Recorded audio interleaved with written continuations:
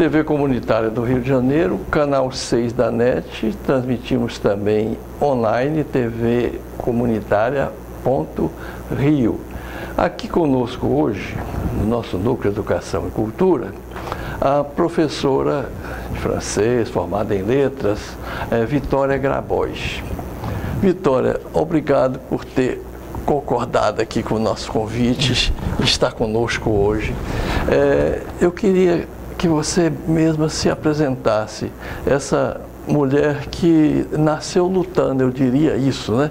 Eu, pesquisando também a vida do seu pai, o Maurício Grabois, que é um desaparecido político no Araguaia, ele viveu de 40 anos, só 2, de 40 anos de luta, só 2 não na clandestinidade.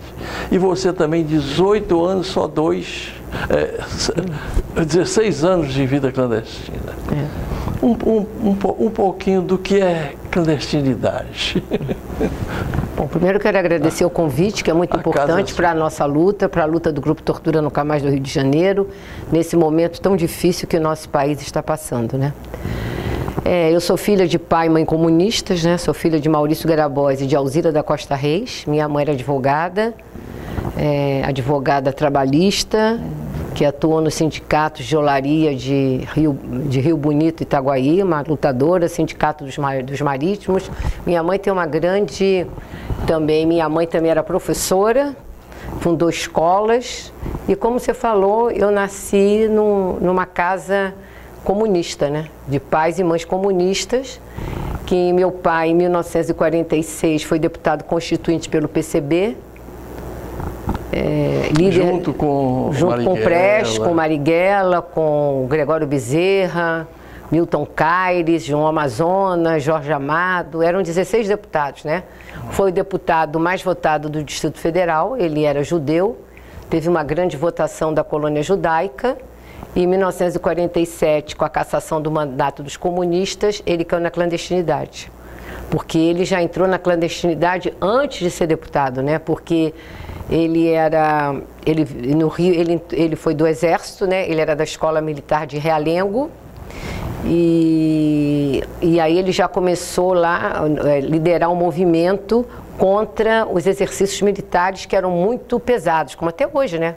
A gente tem no grupo até o caso do cadete Lapoente, que é um caso emblemático do grupo Tortura Nunca Mais, né? A mãe do cadete, a Carmen Silveira, e o pai do cadete, né, o Sebastião Silveira, foram fundadores até do grupo, né? Então você vê, meu pai no final dos anos 30 já lutava contra os exercícios muito severos do Exército. E aí o comandante expulsou, eles fizeram um grande movimento, todo mundo foi expulso. Só que depois, quem pedia desculpas podia voltar. Imagina se meu pai ia pedir desculpas para o comandante vamos dizer, que hoje equivale a MAN, que era a Escola Militar de Realengo. E aí ele não pediu desculpas, ele foi rebaixado a soldado.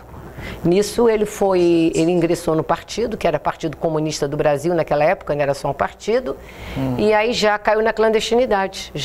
Ele entrou no partido em 1932, né, com 18 anos, e ele já foi para viver na clandestinidade. Conheceu minha mãe na clandestinidade, saiu da clandestinidade quando foi deputado, com a cassação dos mandatos voltou para a clandestinidade e voltou em 50, aí a gente vivia na época do Juscelino deu assim, porque aí o partido tentou novamente, entrar no tribunal, o Tribunal Superior Eleitoral, né, no TSE, para que o partido voltasse para a legalidade, não conseguiu, ele já vivia assim numa vida semi-clandestina, né, quase assim, mas ele foi para a União Soviética em 1956, participou do 20º Congresso do PCU, o famoso Congresso com Khrushchev, né, lá foram relatados toda a história do Stalin, e ele voltou para o Brasil em 58 e a luta dentro do partido já era muito grande, e essa luta, e aí ele era do Birô Político, que eram os 4, era Prestes, meu pai, Amazonas e o Arruda, e aí ele foi destituído desse Birô Político e passou a dirigir o partido no estado do Rio de Janeiro, porque aqui nós éramos estado da Guanabara e Niterói era o estado do Rio de Janeiro. E aí veio a luta, foi uma luta muito acirrada, que ela tomou, a população, né, a sociedade tomou conhecimento dessa luta através do congresso do PCB, que foi na BI, foi o primeiro congresso aberto da BI em 1961, e aí teve um racha e ele refundou o PCdoB junto com o João Amazonas, com a Arruda e outros companheiros, e aí veio o período de chumbo da história. Essa passagem aí me permite, professora, eu relembrar que o seu pai não foi somente da Constituinte, depois deputado federal, uma vez promulgada a Constituição de 46. Ele foi também líder da bancada, né? Líder da bancada, eu falei. Considerado foi líder o melhor da bancada. Orador, inclusive. E nos idos de 1943, ele lidera, juntamente com o Partido Comunista do Brasil, os esforços para o Brasil ir à guerra, né? E combater as nações do eixo. Que foi um movimento muito bonito também. Sabe por que eu me chamo Vitória? Por isso, porque a minha mãe ficou grávida de mim em fevereiro de 1943. Foi quando o exército soviético derrotou os nazistas na famosa Batalha de Stalingrado. Aí ele vislumbrou que os nazistas iriam ser derrotados pelos aliados. E eu nasci em novembro, meu nome é em homenagem à grande vitória de Stalingrado, que a União Soviética derrotou o exército nazista. Interessante que os nazistas falavam que a grande meta deles era praticamente tirar do mapa, no caso do fronte com a Rússia, Moscou, Stalingrado e Leningrado. Não consegue. Depois exterminar a raça judaica do planeta. Depois, eu acho que os pobres, praticamente, né? E nesse fronte aí é quando os nazistas realmente ficam derrotados. Foi a derrota, foram derrotados pelo exército soviético, pelo povo soviético, né? E pelo frio também, né? Ele era tanto que no dia do golpe ele foi o primeiro a dizer, o PCdoB fez um documento dizendo o seguinte, que muita gente dizia que eles deram um golpe que ia ser temporário, que o Castelo ia sumir e que no final, daqui a um ano ou dois, sei lá, ele abria as eleições, a gente voltaria à democracia. Meu pai não disse isso, meu pai falou, eles vieram para ficar. E foi a primeira pessoa que disse que o AI-5, quando veio o AI-5, ele disse para mim em casa, agora temos o golpe dentro do golpe, né? Foi um golpe, foi a primeira pessoa que falou sobre isso e o PCdoB escreveu um documento a respeito do AI-5, na época, documento que era esse golpe dentro do golpe, que os militares vieram para ficar como ficaram, né? Ele era um cara, não sou eu que digo, né? Quando você falou que ele era um grande orador da Constituinte de 46, a gente estava num ato da BI, na época ainda era o governo, logo depois da anistia, ainda era o governo Chagas Freitas e tinha um vice-governador, que eu não sei mais nem o nome desse vice-governador. Aliás, está no meu livro o nome do vice-governador, porque eu pesquisei. Como é o nome do seu livro? O meu livro é Maurício Grabois, meu pai. E aí eu não lembro o nome dele agora e tal, mas ele virou-se para minha mãe e falou assim, eu queria cumprimentá-la, porque seu marido foi o orador mais brilhante que teve a Constituinte, o orador mais brilhante que passou na Câmara Federal. Não era na Constituição, foi o mais brilhante. Ele era um cara, assim, ele escrevia, né? Tanto que ele era jornalista. O jornal, ele era responsável por toda a imprensa do PCB, toda, Tribuna da Imprensa, Momento Feminino, Revista das Mulheres, Revistas Problemas. Ele era responsável por toda essa parte de divulgação e propaganda que se chamava, que agora é marketing, né? Ele era um homem inteligentíssimo, tanto que uma coisa interessante dele, quando eu voltei, eu conheci uma menininha que, agora na época era bem mais jovem do que eu, aluna de economia da UFRJ, ela chegou para mim e falou assim, o que seu pai te deixou de herança? Falei, meu pai deixou de herança um relógio que ele recebeu do Khrushchev no PCUS e um chapéu. Foi a herança foi o que meu pai deixou. Meu pai me ensinou a ser digna. Meu pai e a minha mãe me ensinaram dignidade a ter princípios. Então essa é a maior herança que eu herdo do meu pai e da minha mãe. Tanto que quando houve a cisão do PCB, ele foi convidado para o Correio da Manhã para ir trabalhar no Correio da Manhã, com salário acima de um diretor de jornal da época, ainda ganharia um apartamento de presente no conjunto dos jornalistas que ofereceram para ele. Ele recusou. E de outra feita, isso antes, o Bloch também convidou meu pai para dirigir a Manchete, já. O que se passou na sala entre os dois, ninguém sabe, eu só sei que deve ter sido uma conversa não muito boa, que ele pegou, deu uma caneta de ouro para o meu pai e meu pai jogou a caneta na cara dele, entendeu? Então meu pai era assim, era inteligentíssimo. Não trocava dignidade. Não trocava dele por nada.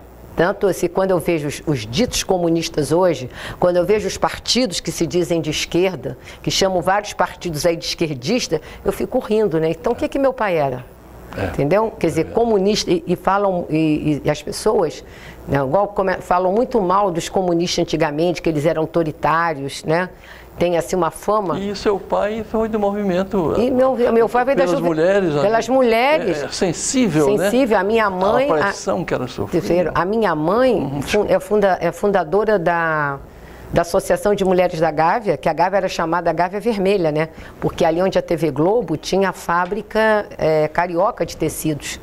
Aí tinha operários e também ela era da Federação, isso depois já no tempo do Juscelino, ela passou a ser também da Federação de Mulheres do Brasil. E meu pai sempre deu muita atenção às mulheres por exemplo, tanto que ele ajudou a fundar uma revista chamada Momento Feminino, né? Com as mulheres, ele dava toda... Claro que tinha algum autoritário, mas um homem, se hoje vivo fosse, ele nasceu em 1912, ele teria 107 anos, ia fazer 107 anos.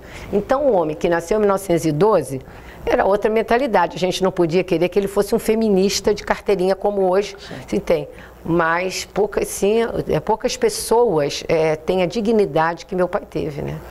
E no Araguaia ele ficou até o fim, né? Porque se ele quisesse sair do Araguaia, ele poderia ter saído, porque tinha rotas para sair. Mas como os jovens falaram que ficavam, ele também ficou. Você já leu no meu livro, eu falo do diário dele. Como ele fala no diário, ele ficou ao lado dos jovens. E morreu lutando, com a arma na mão. Não se entregou. Ele morreu, tanto que quando a gente foi no Araguaia, na caravana de 1980, os familiares, nós encontramos um homem chamado João Pernambuco, que já morreu esse cara, e nós fomos na casa dele saber o que tinha acontecido. Aí ele contou que ele levou uma unidade do exército onde estava o velho Mário, porque aí velho, na guerrilha, só tinham dois velhos. Um meu pai e um marinheiro, né, que era o velho Chaves, que era chamado de velho Chaves. Ele era mais velho do que meu pai. Ele nasceu em 1907, mas ele tinha morrido em 72 e meu pai ainda estava vivo. Então ele disse que meu pai estava sentado, comendo um naco de carne, quando a unidade do exército chegou, viu o capitão, ele ainda estava com uma arma, disse que ele deu um tiro que pegou no capacete do capitão e o capitão assassinou ele ali debaixo da arma. Aí ele dizendo que ele ganhou de presente como prêmio um relógio não era um relógio de ouro, não era nada de relógio de ouro, era um relógio tipo desse aqui que eu tô de alumínio, assim, que eu comprava na 25 de março, um relógio à prova d'água e tal. Aí arrancou dele uma porcaria de um relógio que não custa nem R$100 e deu para ele como prêmio, né? E aí o cara, tem um fato interessante, que aí ele falou assim, depois que ele deu toda essa entrevista, ele falou assim, agora eu vou fazer um cafezinho para vocês. Aí eu saí da casa, porque eu não ia tomar um café do homem, até eu entender, ele era um camponês, tudo isso, entendeu? Mas eu não ia tomar um café de um homem que entregou meu pai. Então eu saí da casa, fui para fora, fiquei lá no meio do mato, se podia chamar aquilo de casa e se podia chamar aquilo de rua. Aí a minha mãe tomou o café, quando ela saiu eu briguei com ela, eu falei, vem cá, você aceitou o café desse homem que descreveu como foi a morte do meu pai? Ela falou assim, eu não ouvi nada. Naquele dia minha mãe ficou surda, nunca mais ouviu.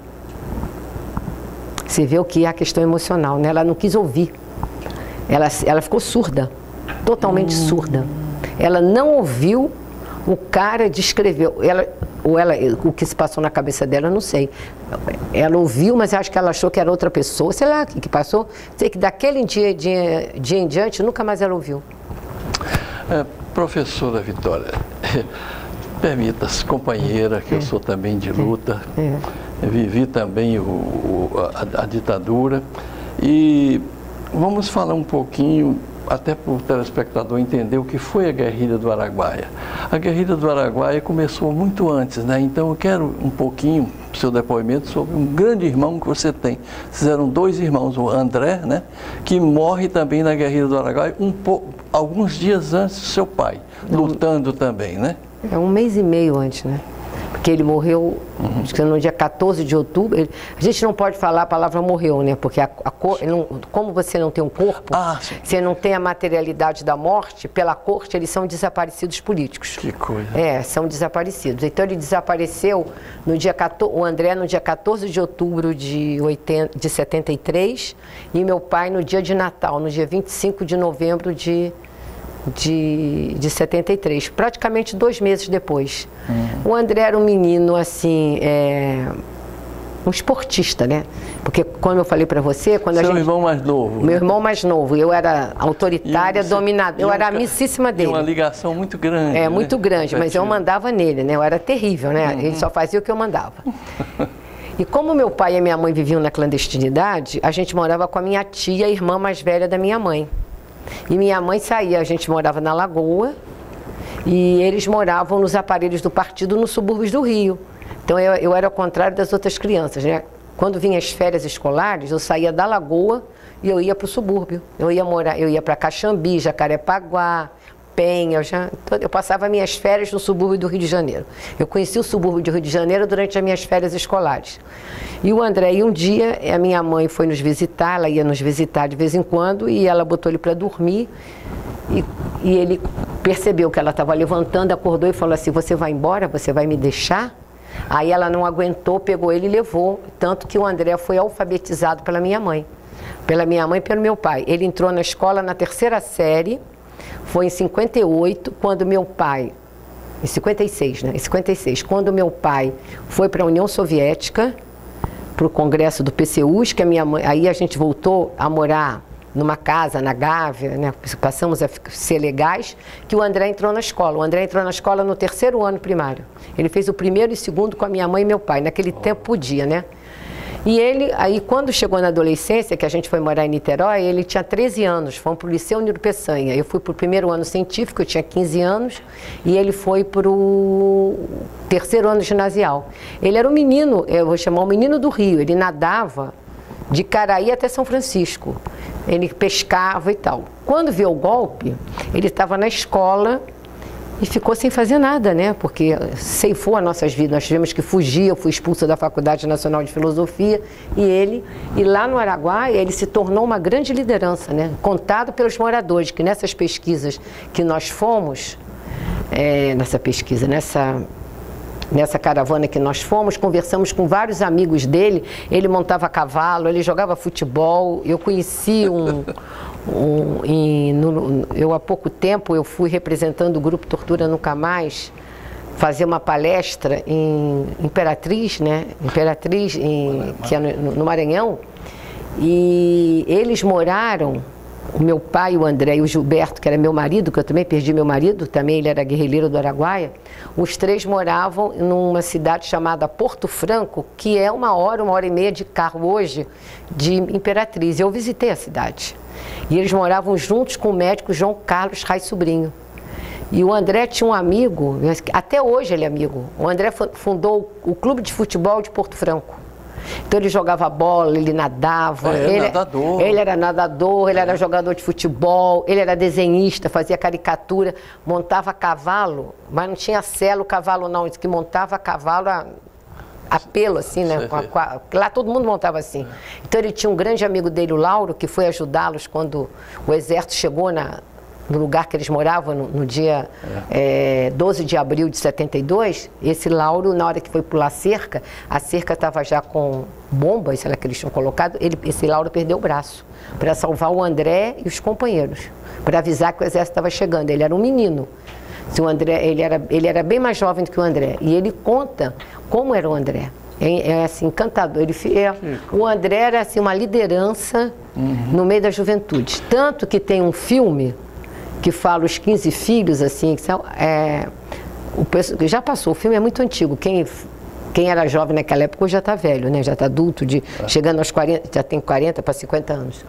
A juventude se identifica muito com o jovem, é impressionante. Muito, então, a guerrilha, André, por exemplo, ele vai para lá em 68. A guerrilha, vamos dizer assim, explode mesmo nos idos de 73 e vai até 72.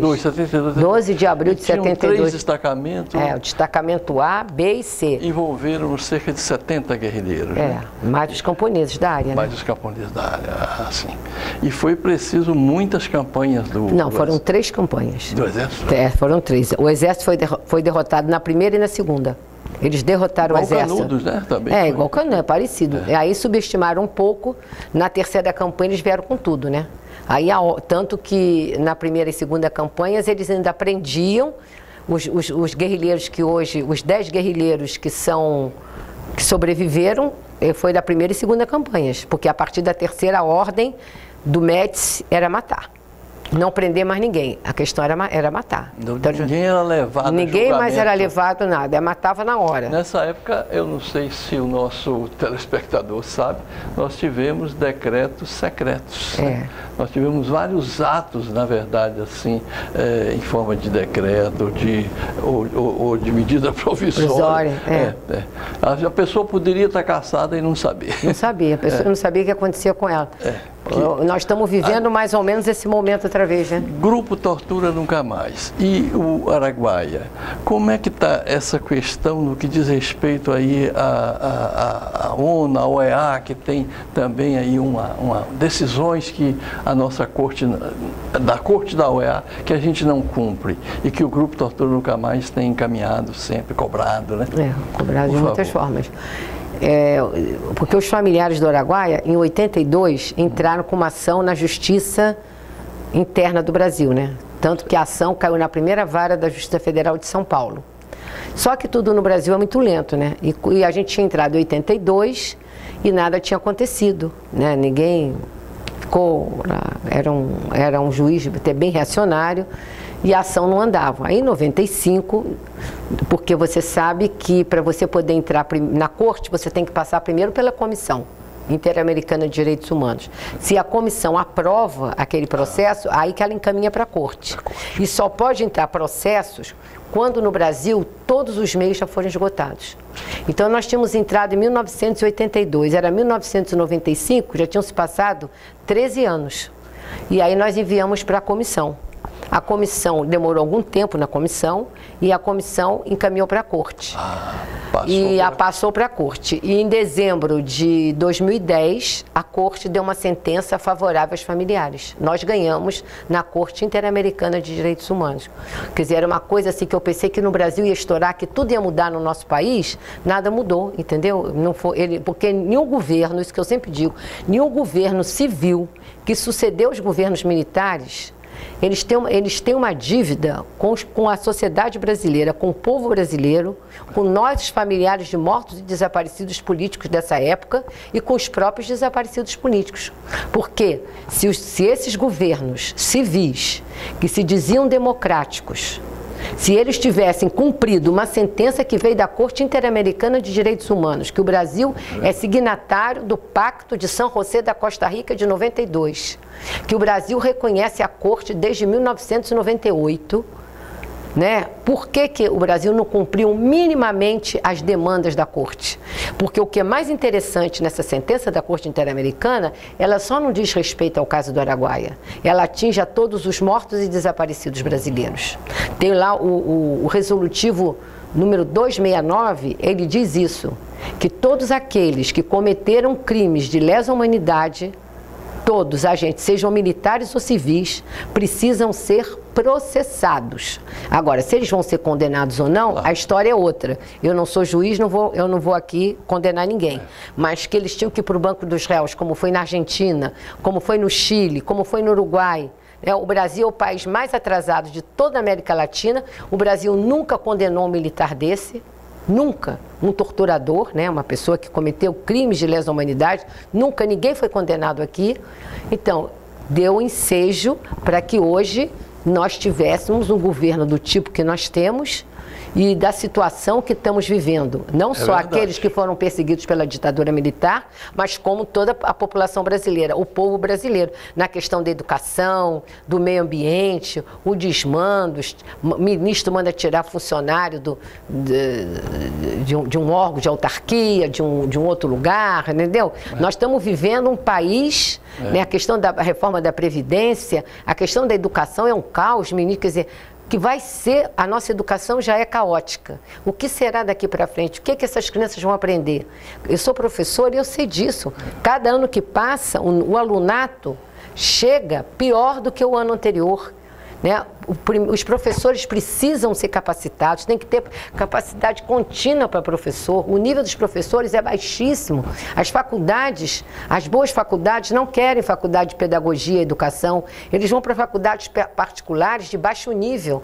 Então, sabe, a gente está vivendo um caos tão grande ou pior que foi a época da ditadura civil-militar. Vitória, com a sua experiência de luta, forjada que foi, né, em grandes batalhas, e você falou da situação hoje, como nós venceremos novamente, que eu acho que nós temos um governo aí fascista, e eu vinha com você outro dia na condução, você falava que estava otimista, porque estava vendo o povo acordar. E como acordar quem ainda não está acordado? Acordou domingo, o povo brasileiro deu uma acordada, né? Deu uma escolejada, nesse domingo ou no outro, já esqueci. Deu uma pequena acordada, eu acho que o povo tem que acordar, né? E a esquerda precisa se unir, né? Aí a gente tem que se unir, porque... A esquerda e todos os democratas. Todos os democratas. Seu pai falava dos patriotas. Dos patriotas, Você vê que você tem que fazer política, né? Às vezes é meio difícil, né? Temos que, todos os patriotas precisam, tem que chamar... Está sendo entregue. Sim, está entregue. O petróleo, você, assim, uma coisa, você é correntista do Banco do Brasil, no dia seguinte você acorda correntista do Bank of America, né? Porque vão mandar o Banco do Brasil, o americano vai comprar o Banco do Brasil. Que vergonha, não vamos ter mais nada, vai entregar a Petrobras? Sabe? A Eletrobras, a Petrobras, todas. Direitos trabalhistas que não tem mais. Quer dizer, essa reforma trabalhista que veio do governo Temer, e agora a reforma da Previdência. Agora já estão falando em reforma tributária, eles dizem 13 milhões de desempregados, se eles dizem 13 milhões, você bota aí uns 26 a 30, né? Porque não deve ser muito mais. As pessoas que vivem na vida informal, que não tem carteira assinada, quer dizer, sabe, eu nunca imaginaria que eu ia ficar velha, que eu ia passar por tudo isso outra vez, né? É muito duro, é muito difícil. Vitória, tá aí, olha, foi um privilégio e aqui está a fórmula, é unidade, é união e lutar, né? Não se entregar jamais. Jamais, lutar sempre. Obrigado, Vitória. Volte sempre, viu? Aqui as câmaras estão abertas para o Grupo Tortura Nunca Mais. Rio de Janeiro e todas as instituições democráticas. Eu que agradeço essa oportunidade. Obrigado. Muito obrigada. Mais uma vez, Vitória. Obrigada. Maravilha. TV Comunitária, Canal 6 da NET, agradecemos sobretudo a sua audiência e o nosso querido que nos filmou aqui, produziu, Max Figueiredo, né? Canal 6 da NET e o tvcomunitaria.rio. Obrigado.